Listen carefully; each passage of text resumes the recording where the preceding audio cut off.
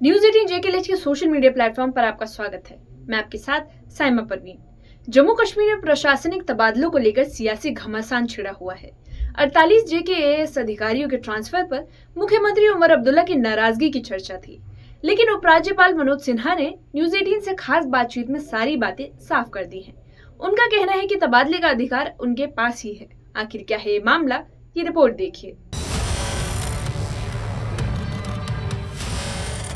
जम्मू कश्मीर में 48 जेकेएस अधिकारियों के तबादले ने सियासत सुलगा दी है। सूत्रों का कहना है कि मुख्यमंत्री उमर अब्दुल्ला एलजी के इस फैसले से खुश नहीं हैं। नाराजगी इतनी कि श्रीनगर में उन्होंने नेशनल कॉन्फ्रेंस और सहयोगी दलों की आपात बैठक बुलाई। बैठक में तबादलों पर असहमति जताई गई और सरकार को खुलकर काम करने देने की मांग उठी। हुकूमत हिंद को फिर से रिक्वेस्ट और डिमांड की है कि यहाँ का जो मैंडेट है उसकी इज्जत करना बहुत जरूरी है। ये दो अहम चीज हैं जिस पे हमने बात की है।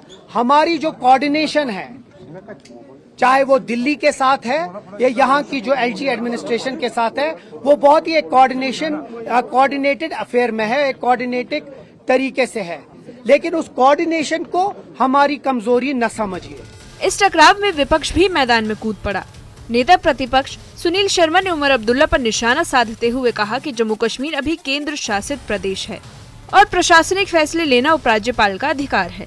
ट्रांसफर्स की बात कर रहे हैं तो ट्रांसफर्स पहले ही अंडरस्टूड है। रीऑर्गेनाइजेशन जो एक्ट बना है उसमें लॉ एंड ऑर्डर, कानून व्यवस्था जो है वो एलजी महोदय देखेंगे, और कानून व्यवस्था के अंतर्गत जितने भी ट्रांसफर्स हैं, चाहे सब डिविजनल मजिस्ट्रेट की है, चाहे एडिशनल डिप्टी कमिश्नर की या डीसीज वगैरह की है, वो एलजी महोदय करेंगे। वो तो पहले ही पता था।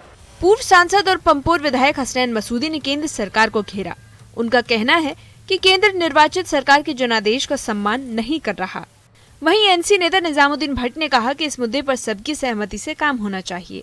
ये रिकंसाइल नहीं, कुछ फोर्सेस कर रही है कि यहाँ पर इंतखाबात हुए, एक मैसिव मैंडेट मिला, लोगों ने अपना वर्डिक्ट दिया, तो चाहिए ये था कि जिस सरकार के हक में लोगों ने अपना वर्डिक्ट दिया, जो मैंडेट दिया, तो उसको काम करने का मौका दिया जाए, और जो रोज़मर्रा के जो मामलात हैं वो मामलात चलाने का उनको मौका दिया जाएगा। लेकिन जो होना चाहिए था, जिसकी तवक्को थी कि इसका एहतराम किया जाएगा मैंडेट का, वो हो नहीं रहा है। चाहे पॉपुलर गवर्नमेंट का मैंडेट हो, चाहे पीपुल्स एस्पिरेशंस हो,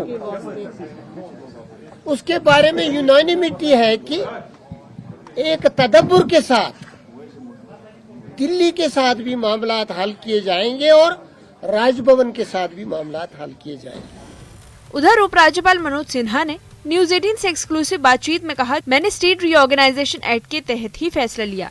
अपनी संवैधानिक सीमाएं मुझे पता है। कोऑर्डिनेशन बहुत बेहतर है फोर्सेस का। Army, CAPF, Jammu Kashmir police.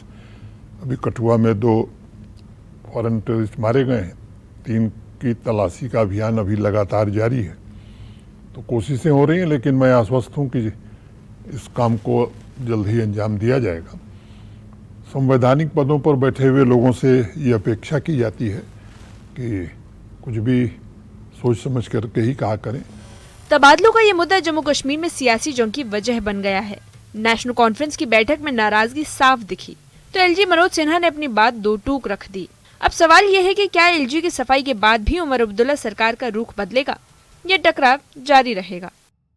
Bureau report, news 18 JKLH.